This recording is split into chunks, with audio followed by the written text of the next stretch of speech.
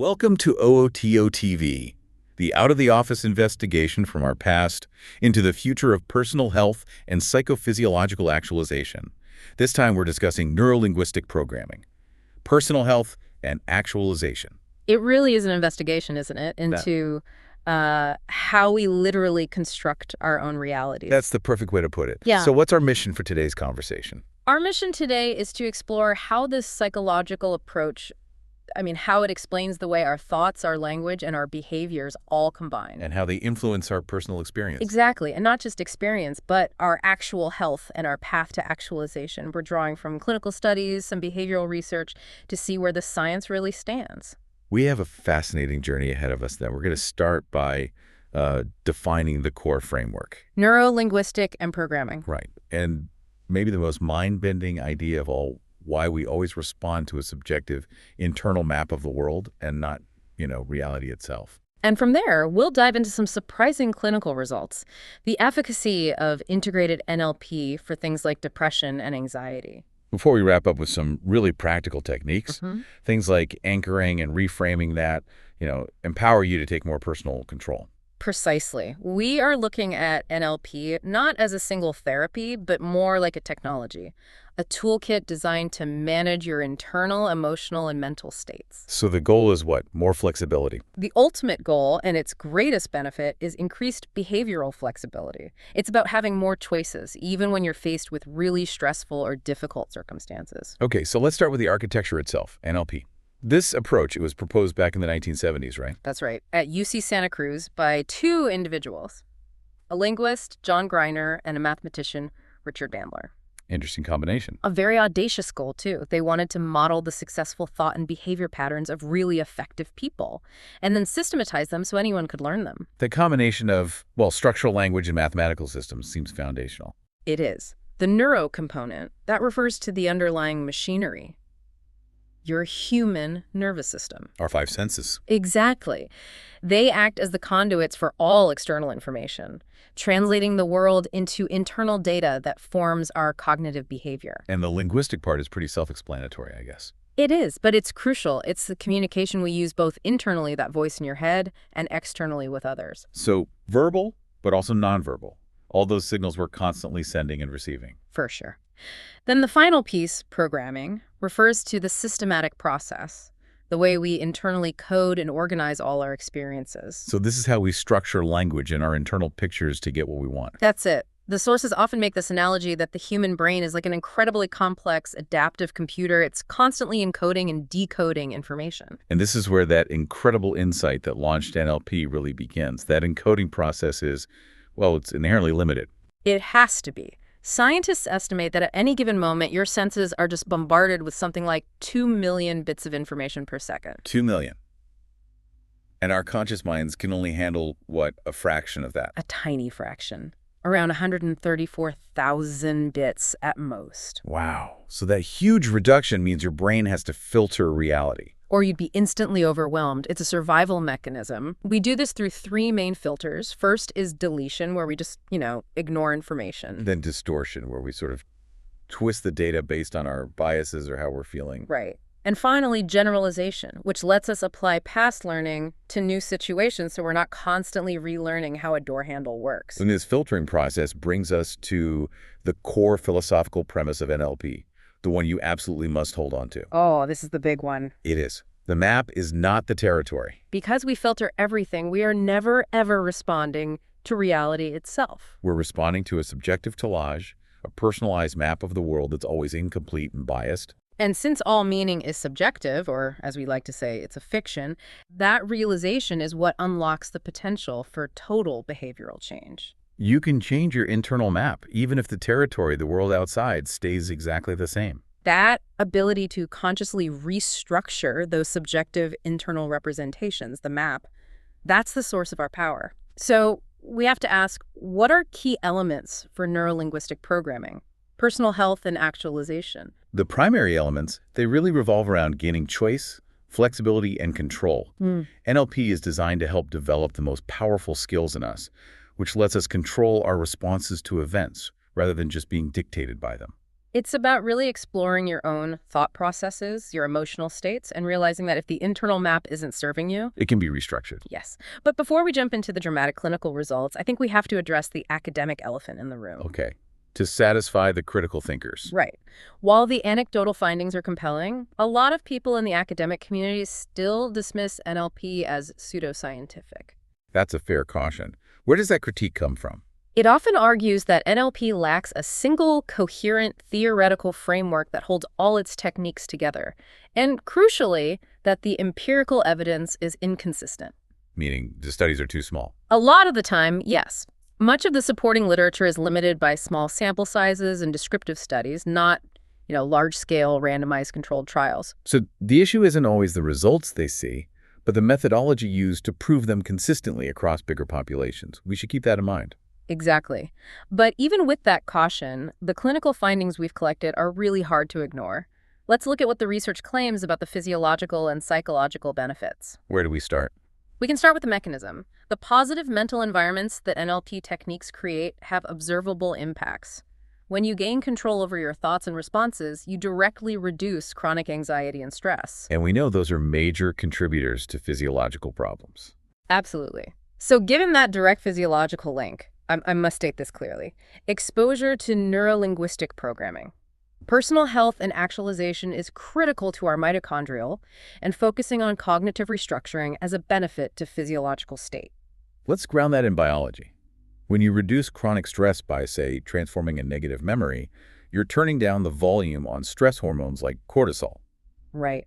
And that shift reduces systemic inflammation, it reduces oxidative stress, and that supports the entire cellular environment, including, yes, the function of the mitochondria, which are essential for our energy and resilience. So it follows then that neuro-linguistic programming, personal health and actualization suggest that NLP may be good for health simply because of the stress reduction. Precisely. If we control our internal representations, we change how we react, and that leads directly to the next claim. Which allows me to state that neuro-linguistic programming, personal health and actualization, creates a healthy environment for cellular growth and success. It does, by literally changing your relationship to a painful memory. You can make that memory vague or distant or even funny, and that can rapidly change your associated emotional and physiological state. You're listening to OOTO-TV with research by author Paul Bulow. The clinical data from a study in the Philippines on integrated NLP is just a powerful proof of concept here. What do they integrate? The intervention combined several sophisticated tools: the meta model, which is linguistic questioning, reframing, anchoring, timeline therapy, and hypnotherapy. Can we define a few of those? What's timeline therapy? Timeline therapy helps a person reorganize their subjective perception of time. It lets them release the emotional charge from past events and stops old fears from limiting their future. And hypnotherapy helps embed those positive suggestions at a deeper, unconscious level. Exactly. This integrated approach was tested on female participants who were suffering from depressive symptoms.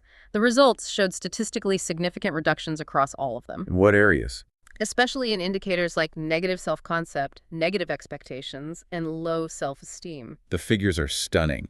One participant, Anna, a 21-year-old student, she experienced a 77.5% reduction in the score for low self-esteem. And a 76.6% drop in the frequency of her negative automatic thoughts.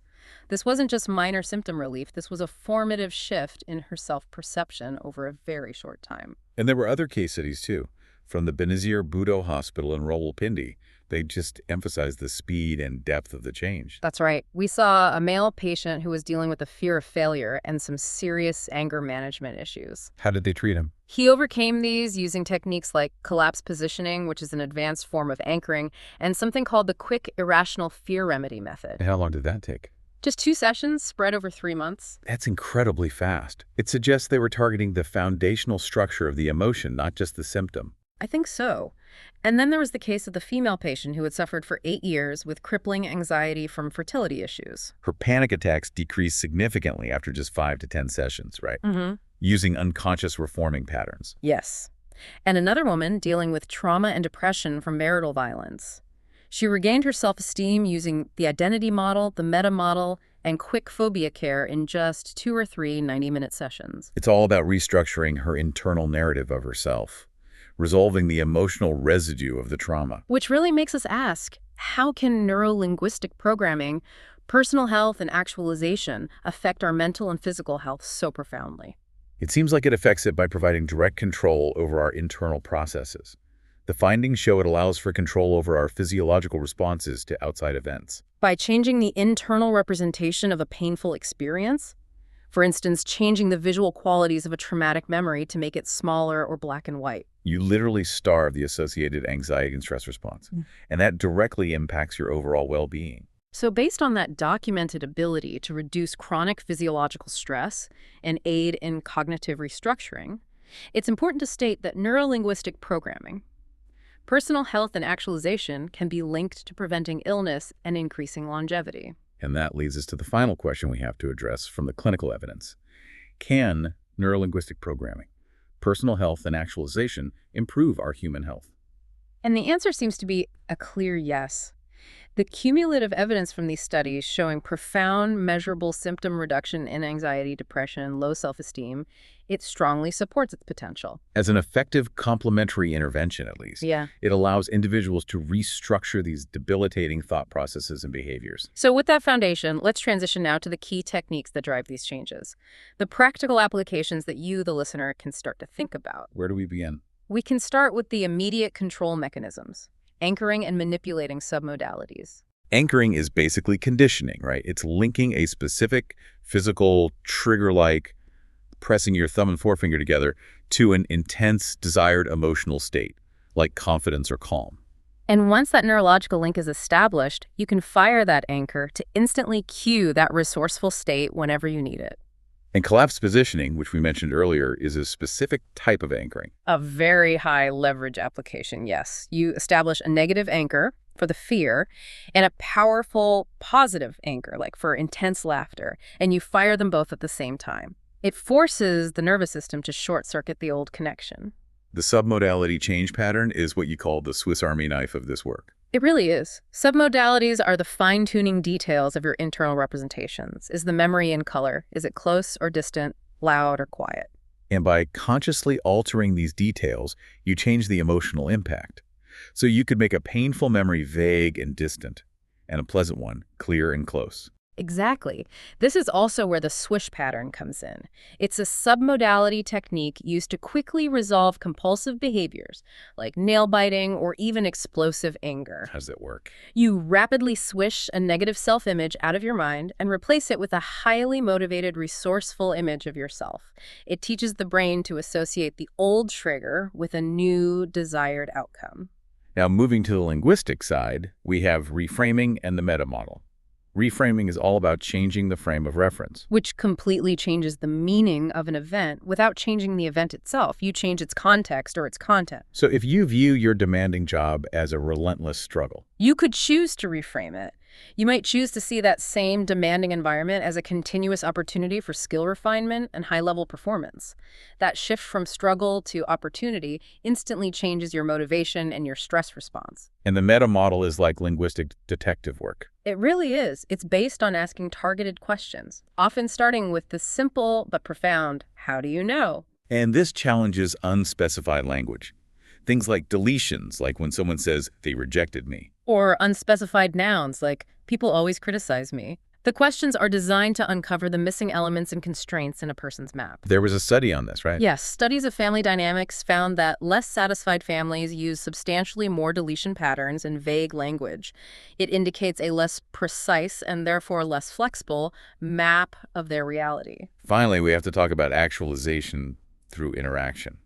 Mirroring and rapport. This is huge. Nonverbal communication, some sources suggest it accounts for 55% of the message being conveyed. So mirroring involves subtly matching another person's body language, their speech rate, their vocal tone. And it's an NLP technique designed to build instant trust and rapport. It works because it taps into our mirror neurons.